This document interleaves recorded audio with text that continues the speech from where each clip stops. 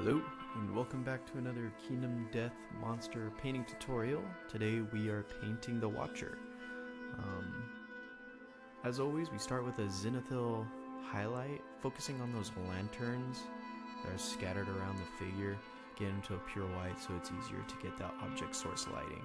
I feel like with this particular piece really took my object source lighting to the next level.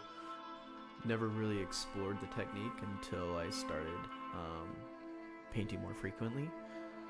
I'm also hitting those tentacles as well because they're also going to be emitting some light, as well as the scarf wrapped around its neck. Now the idea is the star of the show is going to be those lanterns. So I kind of have a tier system here. Those lanterns are most important. They're going to be emitting the most light, and therefore the OSL is going to be strongest coming from those.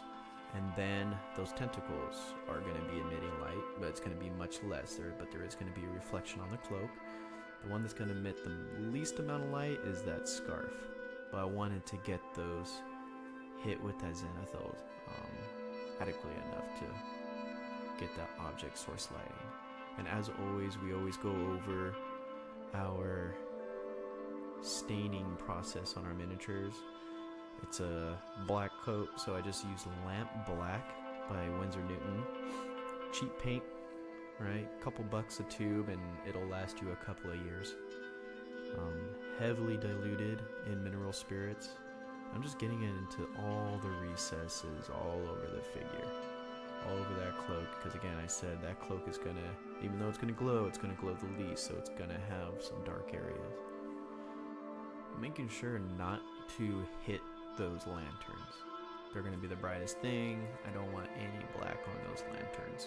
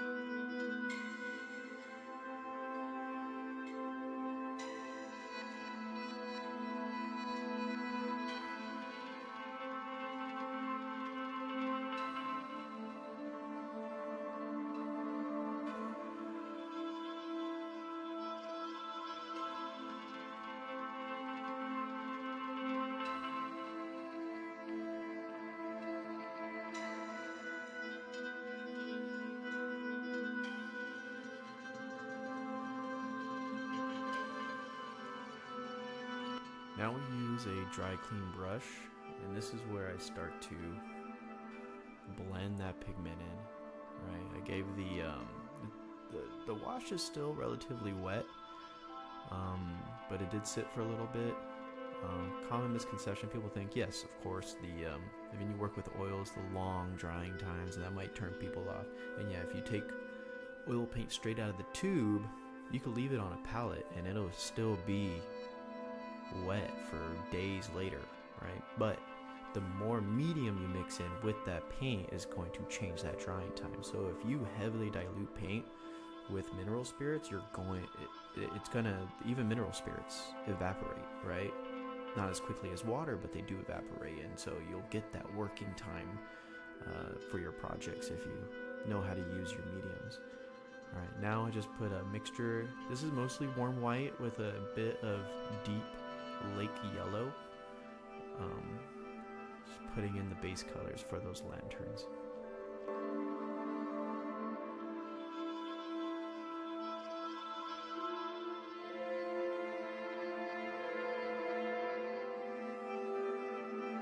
Right now this is just the mapping out stages. Mapping out where my light's coming from, mapping out the base colors. All common practice when doing miniature painting. There's a lot of lanterns here. I think I missed a few on my first go around. I had to go back and get some of those later.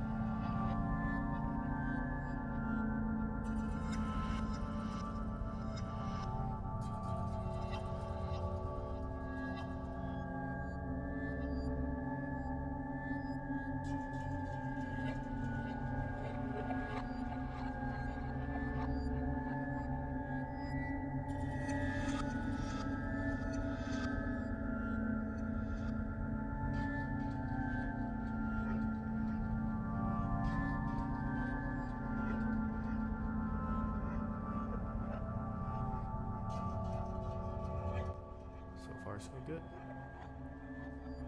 Alright, now I'm starting to map out my object source lighting. So here, this is lake. It's a deep lake yellow, very opaque yellow. That's why I like it, with the tiniest bit of scarlet red by Michael Hart paints. I love that red. If you're not careful, it is such a powerful red. If I would have done a 50-50 split with the yellow and the red, I wouldn't get orange. It would be red. So the tiniest amount of that paint goes such a long way. But what I like about it is whenever I use it, the coverage I get with it is so good, that can be a very frustrating thing when miniature painting, especially with hobby paints. If you're not using quality products, the coverage you get with red paints it's hard to find a good one. So here I'm just trying to map out where all that light is going to be hitting that cloak.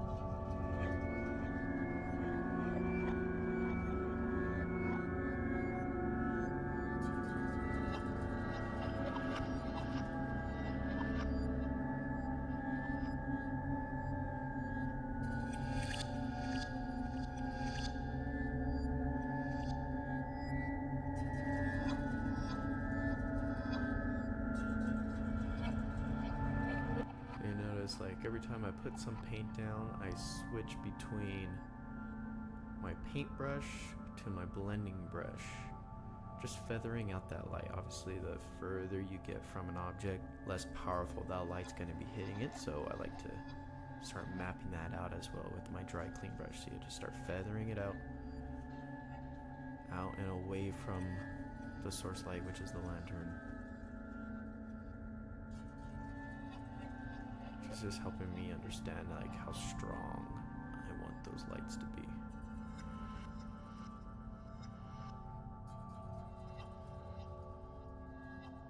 Which is kind of interesting because in one aspect where the light might be fading away, another lantern might also come into play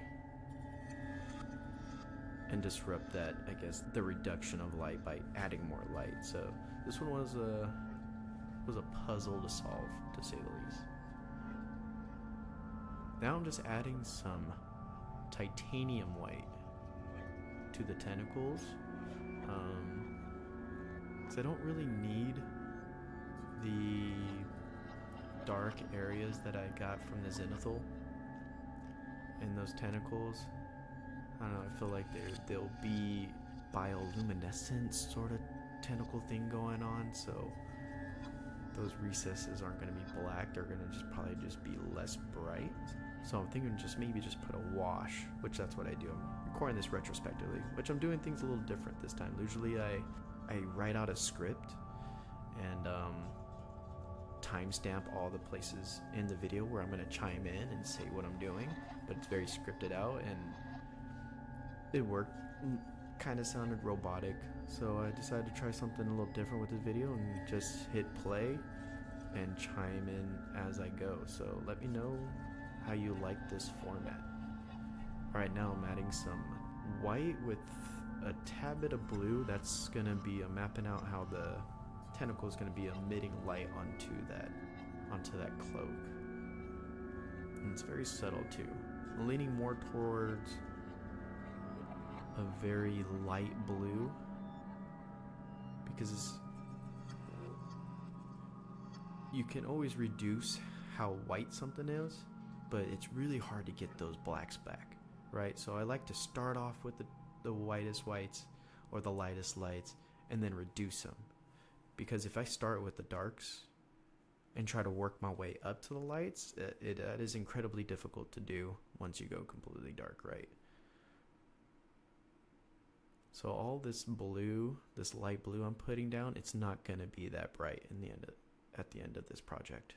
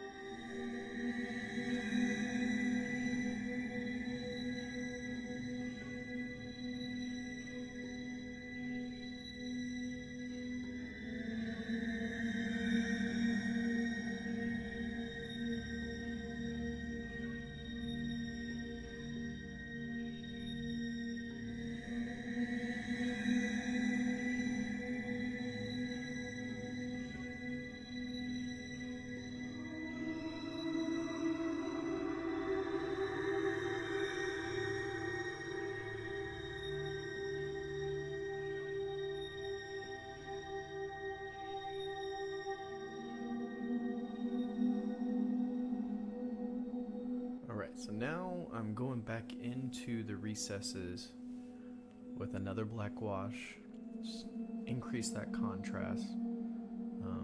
This wash isn't as diluted as the previous one because I want to be able to move this pigment around.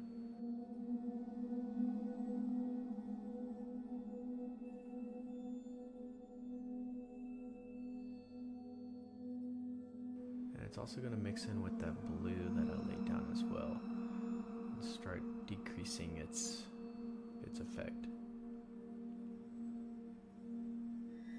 Because this is a dark, ominous figure. I don't want the cloak to be too bright, right?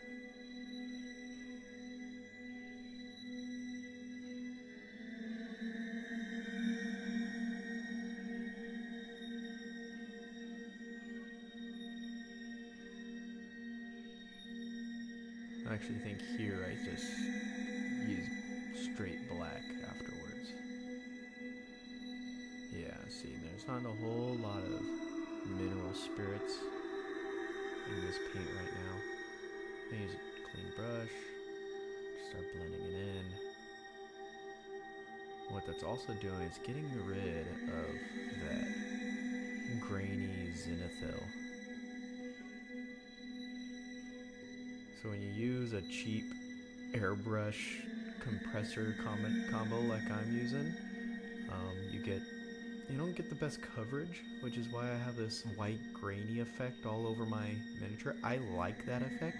Kind of reminds me of film grain. And so it's kind of giving the figure some texture. So it actually takes a lot of that work applying texture out of the process for me. And as I add more paint, right, it covers up that grain anyways. But all those places where I want it to show, it sticks around. I don't have to work for it. Here, I just use black paint. I just start moving it around. Right, and you'll see that it's actually starting to cover up that zenithal grain. Mix it in with the blue, bring down that glowing effect. Now that cloak is really starting to come together.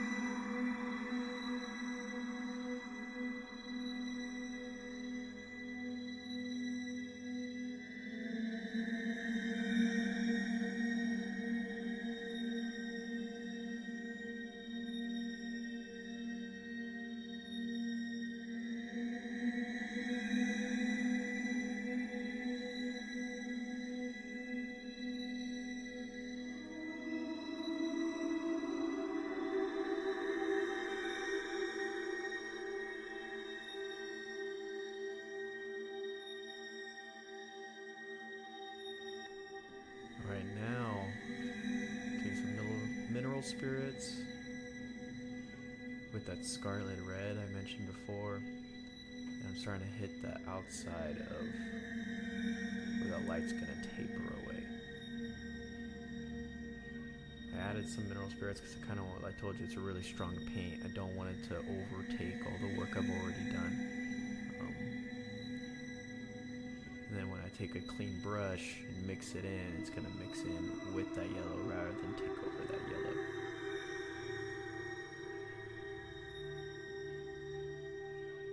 And this is where I really start to see that OSL coming together.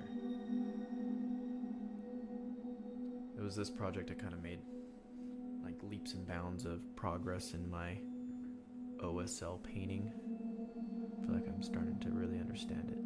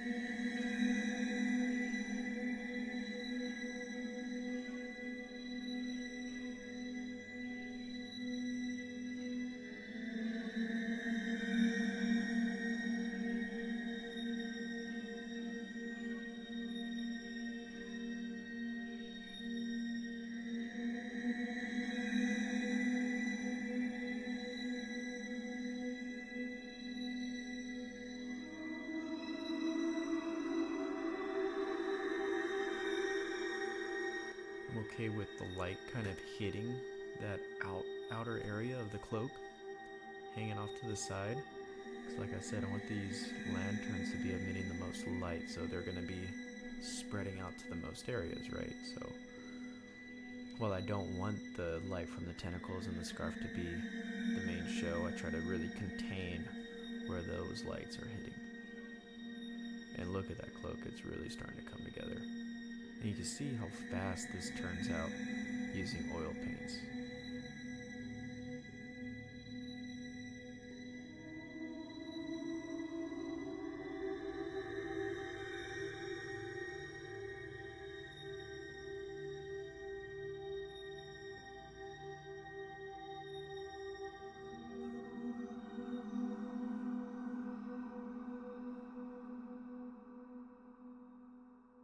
And then just adding some of the details to the lantern.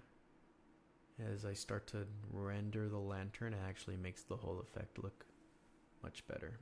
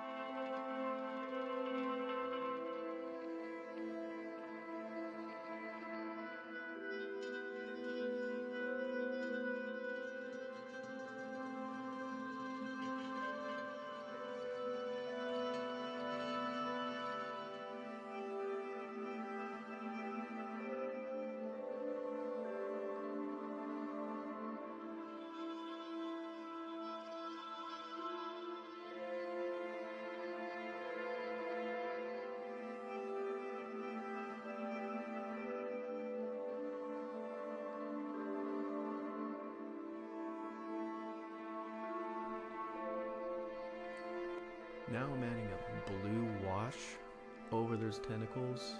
The white paint that's on those tentacles is still wet, right? So that's kind of one of the drawbacks of working with oils. But if you understand how to use them and how they perform, then you know how to get around those workarounds.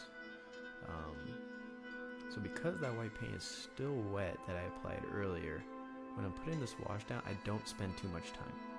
If I spend too much time and I do too many brush strokes back and forth, that blue is going to start mixing in with the white, and I'm going to lose the desired effect, which is the wash and the blue getting in the crevices, right?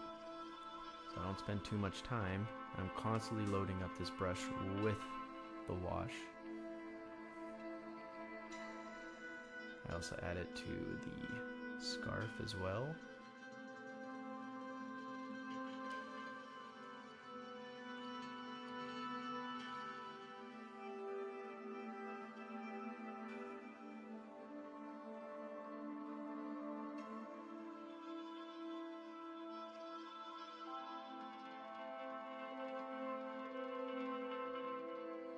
And to the white areas that are still present from the reflection of the tentacles. Right, I don't want no white on that cloak. And it actually brings down the intensity of that glowing effect, which is what I'm going for.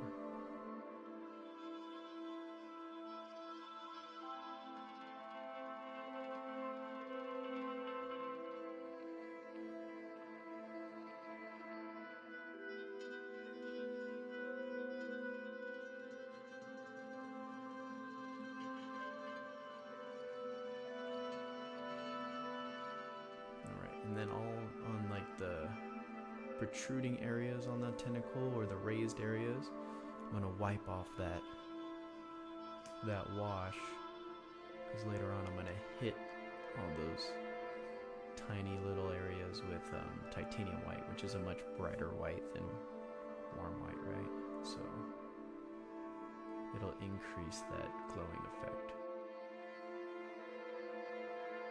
I'm trying to get the glowing effect for the scarf.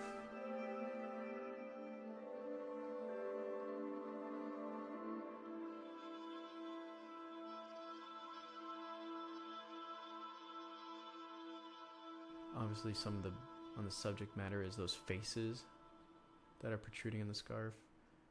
I imagine they're like trapped souls or something like that, so I really want to highlight those faces.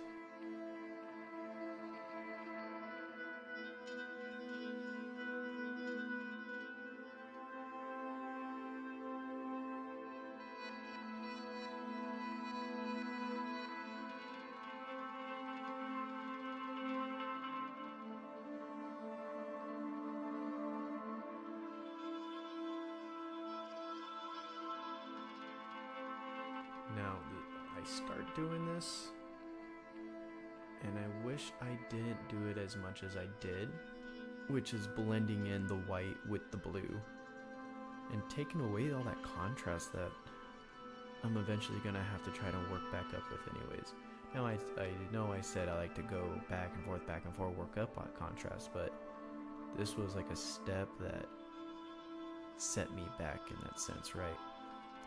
Using this brush to blend in too much, because in order to fix it, I end up bringing this scarf to a brighter value than I wanted to before. Like that face right there, that is perfect. That's what I wish I just stuck with. All the dark areas, slight bright areas in those faces. Don't do too much, but again, that looks good. And then I just mess it all up. In my opinion, who knows, maybe you think differently, let me know. If you actually like the effect that this blending did to it, but personally I think it set me back a step, and then I had to do more work than I had to.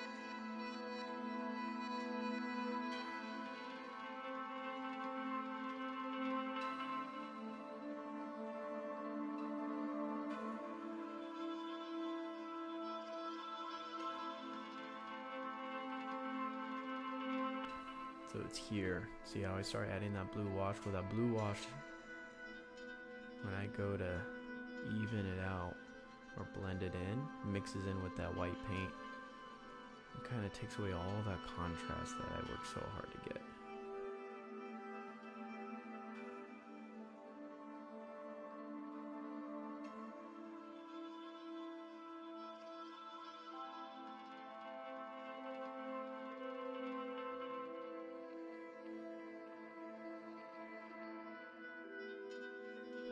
Yeah, there it is. Yeah, it just kind of looks, I don't know, kind of muddy.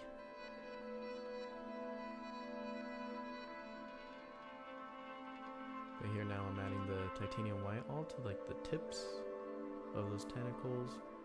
Really sell that like glowing effect.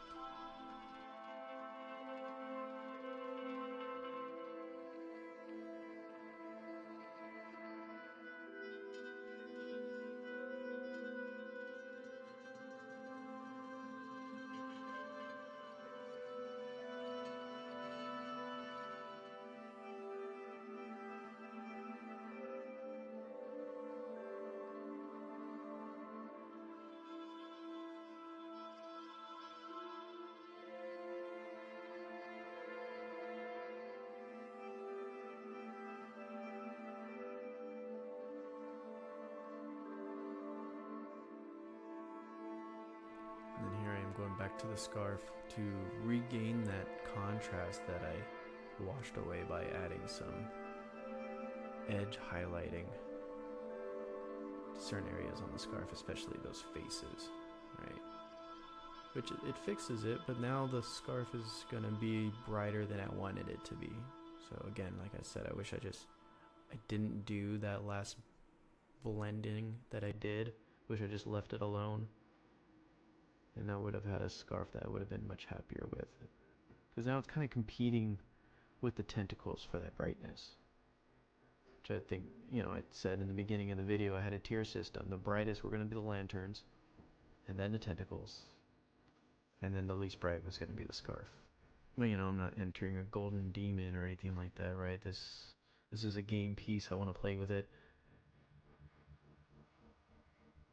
So instead of going back and reworking, you just kind of have to know when to stop.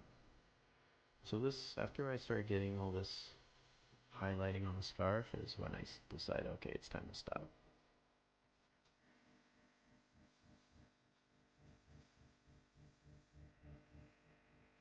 Get some of that edge highlighting. I don't like to do too much edge highlighting. I like to be very subtle with it. I feel like I see people just go way overboard with the edge highlight. I highlight literally every edge, and you can make it subtle, and then it'll go way further. You also got to think whatever light is going to be on your miniature from the room, it's going to add highlights anyways. And depending on the change of light or the direction of the light in the room, all the edge highlighting you do, it's going to look different. So just put enough to emphasize certain areas that you want to bring attention to, not necessarily bar the whole thing with white edges. You notice I'm not using pure white to edge highlight a black coat, right?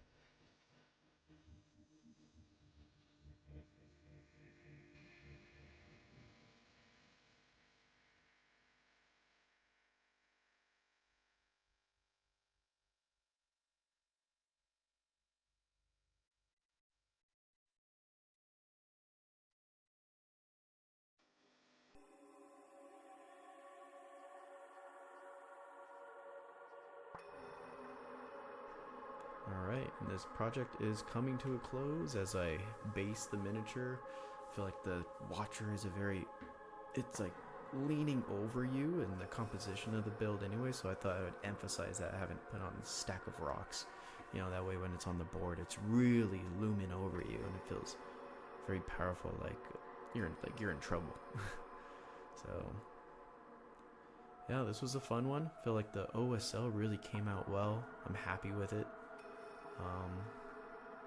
If you like this video, please consider like, comment, subscribe, all that. Hope you at least learned something. If not, just got pure entertainment out of this. Thank you for watching.